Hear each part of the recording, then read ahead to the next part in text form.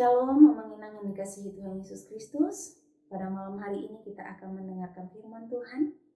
Mari kita satukan hati kita berdoa.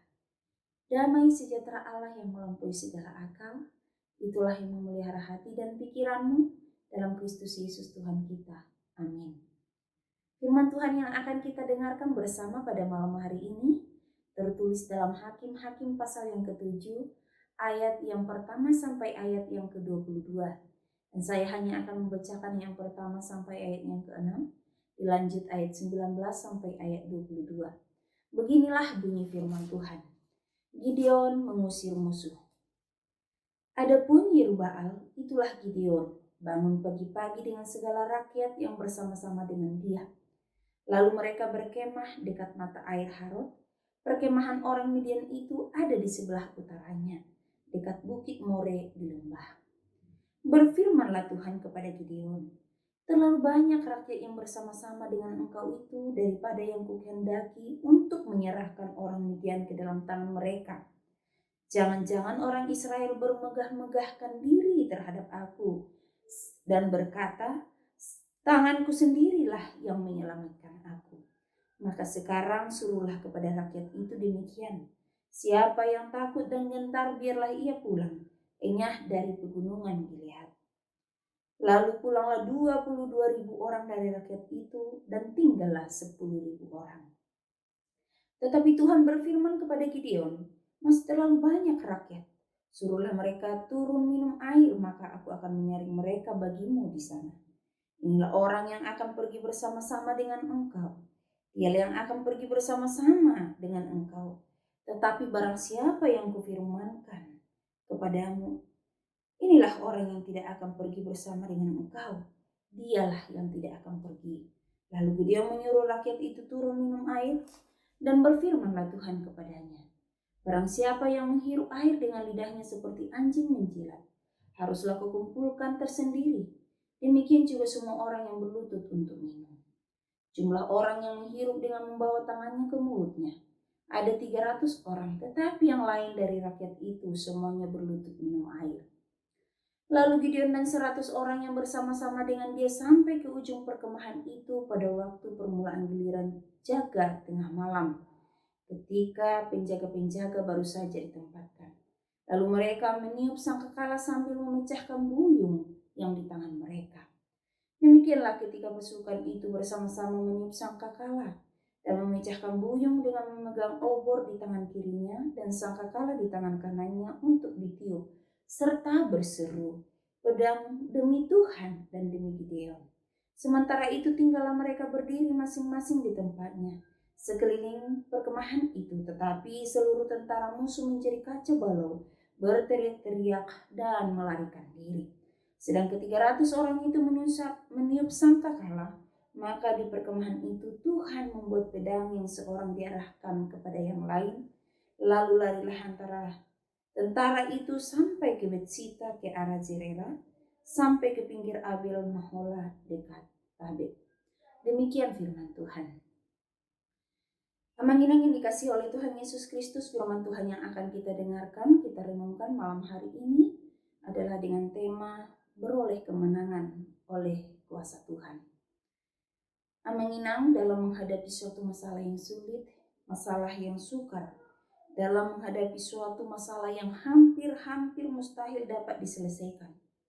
Siapa kira-kira yang menjadi fokus utama kita untuk solusi perkara itu?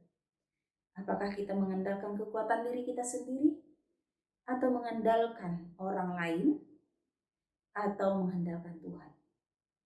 Melalui firman Tuhan ini kita akan melihat bahwa dalam setiap perkara, kemenangan hanya akan diperoleh ketika kita mengandalkan Tuhan. Kita melihat firman Tuhan di ayat yang kedua sampai 8.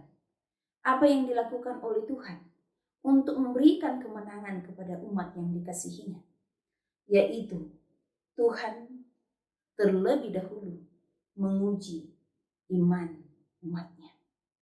Melalui Gideon berfirman, Tuhan menyampaikan firman kepadanya, di mana Tuhan tidak menghendaki kemenangan oleh karena mengandalkan kekuatan diri sendiri.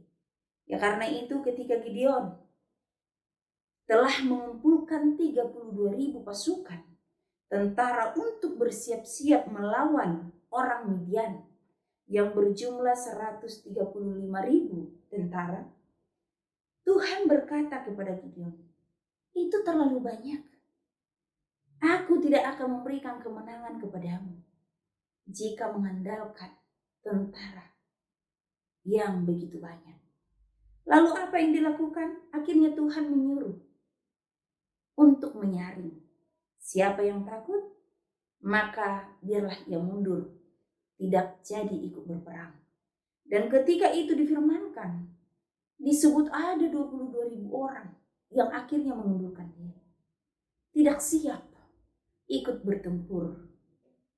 Lalu memang adalah sebuah kesia-siaan ketika jumlah yang banyak dipaksakan untuk mengikuti perang tanpa ada kesiapan hati, tanpa adanya kemauan dalam hati mereka.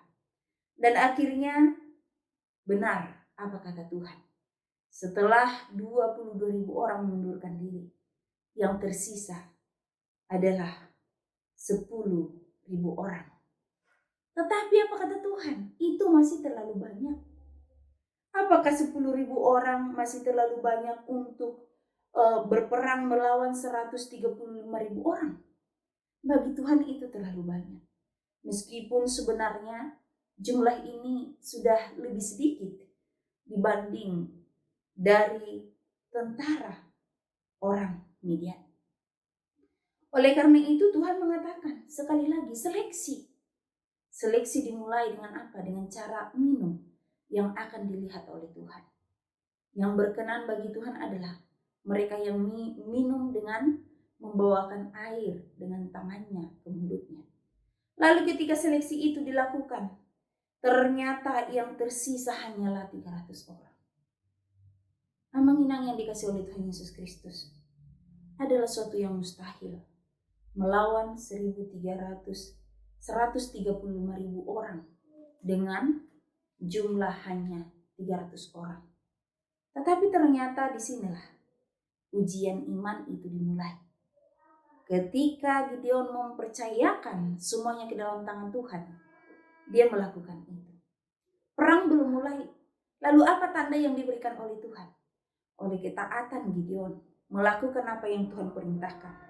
Maka pada ayat yang ke-9 sampai 15 dikatakan di sini, Tuhan menguatkan imannya.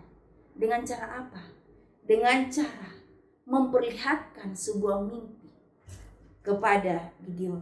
Dikatakan dalam ayat 13 ketika Gideon sampai ke situ, kebetulan ada seorang menceritakan mimpinya kepada temannya. Katanya, aku bermimpi tampak sekeping roti jelai terguling masuk ke perkemahan orang Midian. Setelah sampai ke kemah ini, dilanggarnyalah kemah ini sehingga roboh dan dibongkar bangkirnya. Demikianlah kemah ini habis runtuh. Lalu temannya menjawab, ini tidak lain dari pedang Gideon bin Yoas, orang Israel itu. Allah telah menyerahkan orang Midian dan seluruh perkemahan ini ke dalam tangannya. Suatu yang luar biasa. Tuhan menguatkan iman Gideon. Memang benar apa yang Tuhan sampaikan. Jangan sampai jumlah yang banyak menyombongkan diri umat itu sendiri. Mereka lupa bahwa yang bekerja memberi kemenangan bagi bangsa itu adalah Tuhan. Dan ternyata memang Tuhan sudah mempersiapkan kemenangan itu. Melalui apa? Melalui mimpi ini, Gideon memahami bahwa memang Tuhan berkuasa atas seluruh kehidupan manusia.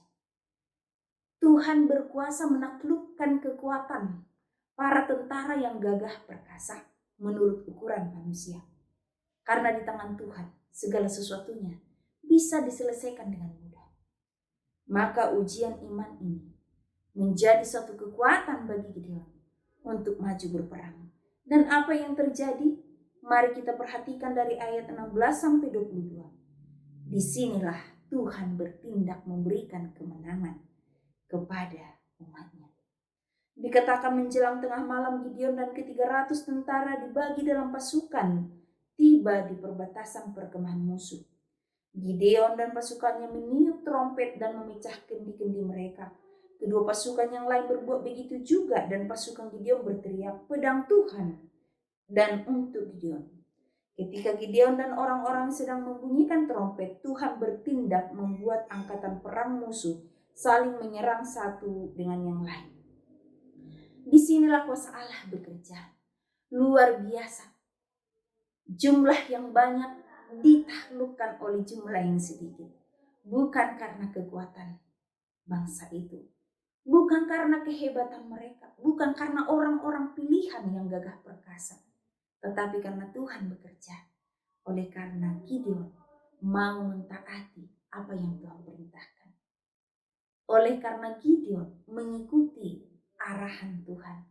Oleh karena Gideon taat kepada rancangan Allah, maka kemenangan itu pun diperoleh. Amanginang yang dikasih oleh Tuhan Yesus Kristus. Terkadang dalam perjalanan kehidupan ini kita sering mengandalkan kekuatan kita, kemampuan kita, kehebatan kita. Tetapi apa yang kita dapat adalah kekalahan. Apa yang kita temukan adalah kekecewaan. Itulah hasil yang diperoleh jika kita mengandalkan kekuatan kita. Tetapi kalau kita mau dituntun oleh Tuhan, mau mengandalkan Tuhan, mau menyerahkan hidup kita kepada Tuhan, Dia yang akan mengarahkan kita untuk berjalan memperoleh kemenangan. Oleh karena itulah kita menerima kekuatan dari Tuhan untuk lepas dari setiap pergumulan persoalan yang kita hadapi. Karena itu jangan ragu akan firman Tuhan. Jika kita mau berserah penuh kepada Tuhan, kita mau taat dan setia melakukan firman Tuhan, disitulah Tuhan bekerja untuk mendatangkan kemenangan bagi kita. Karena itu firman Tuhan malam hari ini mengajarkan kita untuk taat akan perintah Tuhan, untuk setia melakukan kehendak Tuhan, untuk sedia menjalankan kemauan Tuhan, sehingga kemenangan demi kemenangan atas setiap persoalan pergumulan akan menjadi bagian hidup kita. Bila firman Tuhan ini menguatkan kita semua, Tuhan Yesus memberkati. Mari kita berdoa. Tuhan Allah, terpujilah Engkau untuk firman-Mu yang mengingatkan kami kembali bahwa kemenangan atas setiap pergumulan ada di dalam tangan Tuhan. Karena itu Tuhan, kami mau berserah penuh kepadamu, menyerahkan hidup kami dalam tuntunan Tuhan, supaya kami menerima kemenangan itu oleh karena kuasa Allah bekerja dalam kehidupan kami. Bila firman-Mu ini menjadi kekuatan bagi kami untuk melangkah ke depan dan melihat segala rancangan Allah adalah rancangan yang terbaik. Meski sulit bagi kami manusia, tetapi kami percaya bagimu Tuhan Allah tidak ada yang mustahil. Terpujilah Engkau Tuhan, malam hari ini kami akan istirahat. Berkatilah kami dalam nama Tuhan Yesus. Amin.